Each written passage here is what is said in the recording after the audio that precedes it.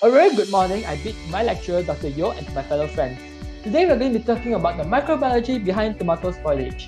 My name is Ernesto and these are my group mates Andre, Danny, Jingy and Brian. Have you ever wondered why tomatoes look like this or like this? Before we get into that, let's look into the characteristics of tomatoes. So these are the characteristics of tomato. Number 1 being a good source of minerals and carbohydrates, having a large amount of water at almost 95%, and initially the color of tomato is green, but over the time as it grows, it will become pink and finally it will become red. Have you always wondered why tomato is always red? Tomato is always red because of this compound called lycopene.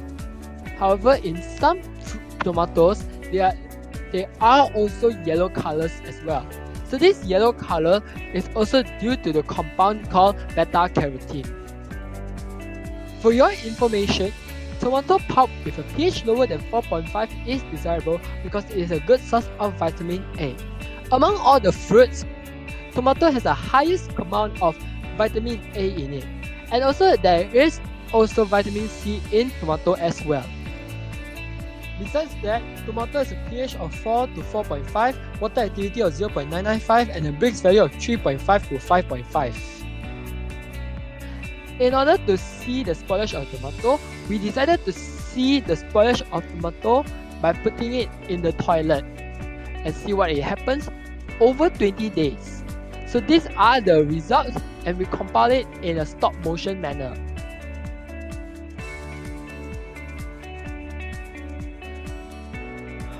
From day 1 to day 7, there's not much a change that you can see on the tomato, and there's not much of a physical change to the tomato itself within this period. However, a bad smell begins to form at day 3. From day 8 to day 12, tomato begins to shrivel and the bad smell intensifies. Black spots begins to gradually grow on the tomato itself. At this point, water from the tomato begins to escape. From day 13 to day 16, tomato gradually shrivels and rots. More black spots begins to form on the tomato itself and the putrid smell intensifies. Water begins to leak out from the tomato more and the water color is a bit opaque. From day 17 to 20, tomato has shriveled and become smaller.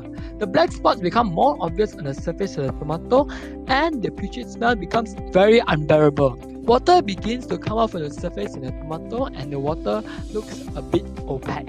Wow, look at how disgusting the tomato is. Based on the experiment that we did with tomato, we have found out that there are some indication of tomato spoilage.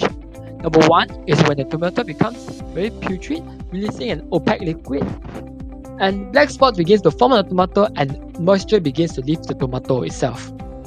Based on the experiment that we did, we actually found out that the main cause of spoilage of tomato is due to this process called fermentation. So what is fermentation?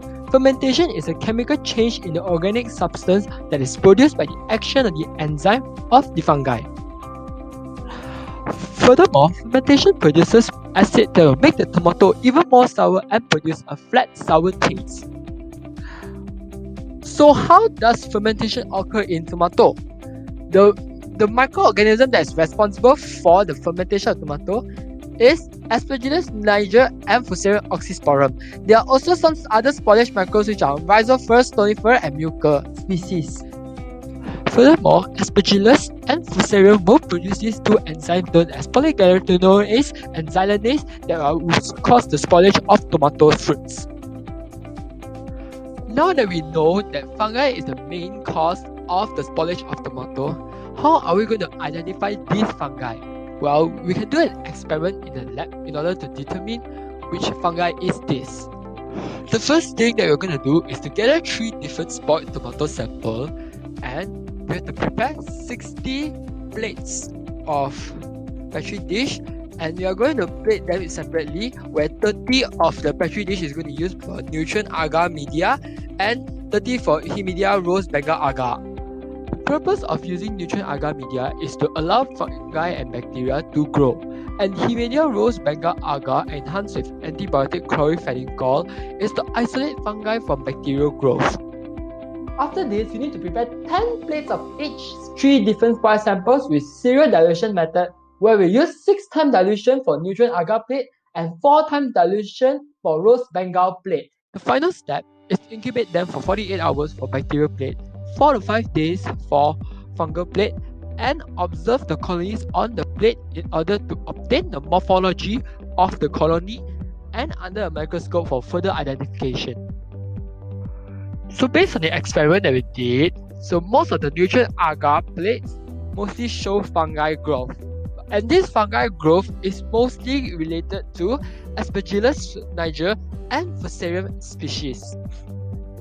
Based on our findings, the mycotoxin produced by Aspergillus niger and Fusarium species are known as ocharotoxin and trichotesonins respectively. Ocharotoxin is known to be a strong carcinogen and is known to cause esophageal cancer and Balkan endemic nephrotoxicity.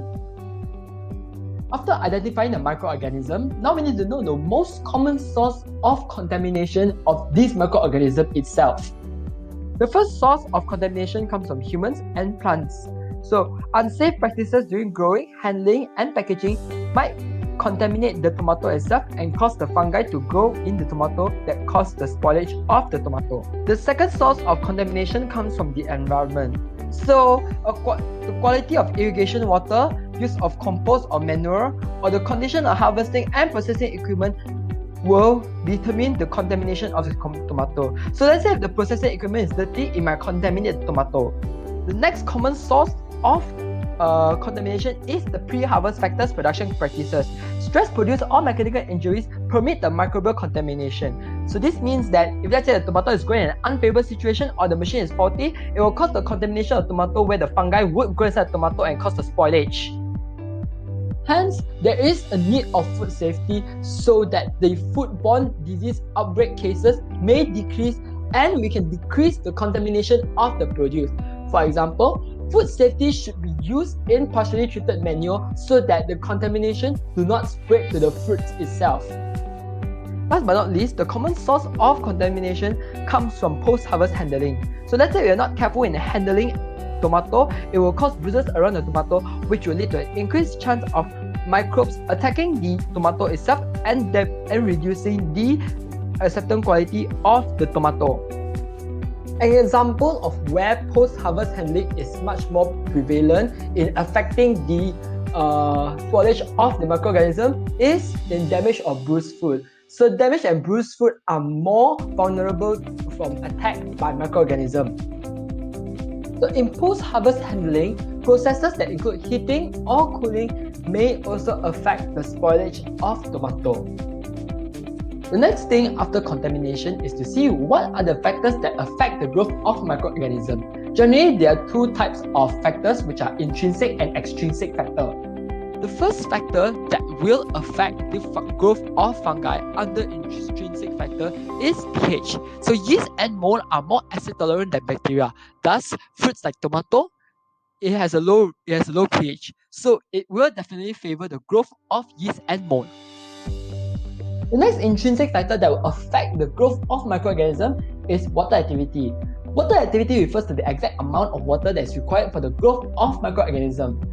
Generally, the water activity of Fucus species and Rhizophorus species are 0.62, where the Aspergillus species are 0.85. Intrinsic factor that will affect the growth of the microorganism is redox potential. Redox potential refers to ability to lose or gain electrons. In most yeast and molds, they are mostly aerobic, so meaning that they will grow in a positive redox value. pH value is actually means redox potential.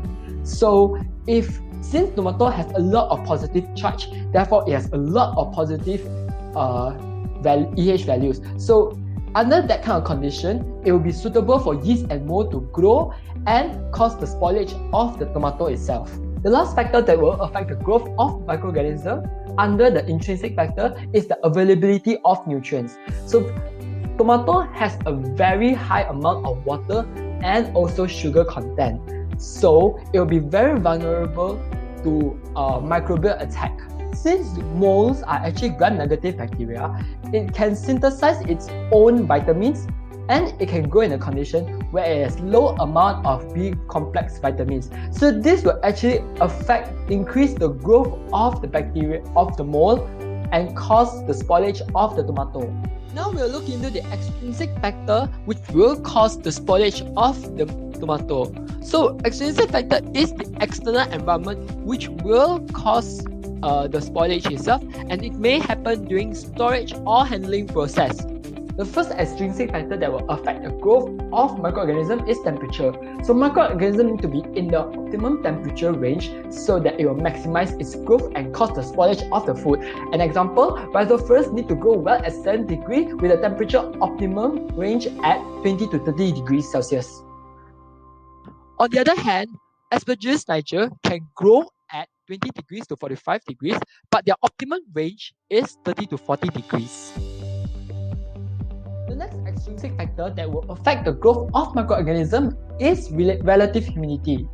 Relative humidity affects the water activity and the microbial growth on the surface of the food. So high water activity loses moisture in a low humidity environment.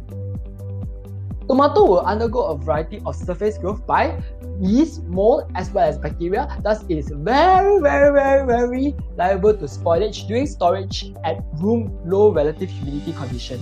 And it may cause certain undesirable texture attributes such as firmness and texture loss. So now that we know the factors that affect the growth of the fungi, let us now look into some preservation method to control the growth of fungi. And the first preservation method is to use heat to control the growth of microorganisms. Moderate heat treatment, also known as pasteurization, is actually used to kill pathogenic vegetative cells, whereas higher heat treatment, which is known as sterilization, is also used to kill everything, including the spores as well. This is done to actually enhance the shelf life of the tomato.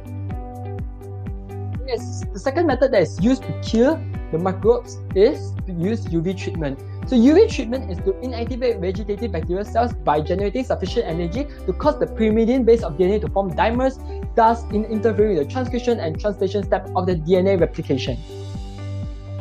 This method has also been extensively used in the food industry to sterilize liquid media and to extend the shelf life of some solid food products such as fresh produce, meat, and eggs.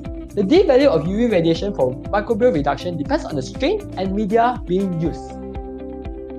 The other method that we can also use to kill the microbes is by using high pressure processing, or what is known as HPP. HPP is able to reduce the number of pathogenic or spoilage causing vegetative cells by squeezing and compressing them, causing a change in their morphological change in their vegetative cell, leading to their inactivation. HPP will also influence the microorganism by damaging the membrane and causing protein denaturation.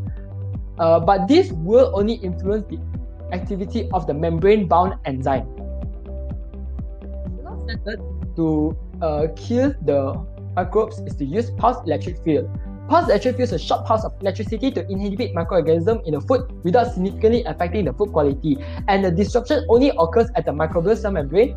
And this method is also good because it retains the nutrition value of the food and it activates vegetative cells. This slide here shows that how PEF works in the factory itself. So in conclusion, tomato is a fruit that has a high content of sugar and water. Due to this factor, molds such as Aspergillus niger and Fusarium oxysporum will cause the spoilage of tomato. Intrinsic factors such as pH will allow the growth of mold. One way to kill the mold is to subject the mold under high heat treatment. Thank you for listening, and please stay safe from wherever you are. Thank you.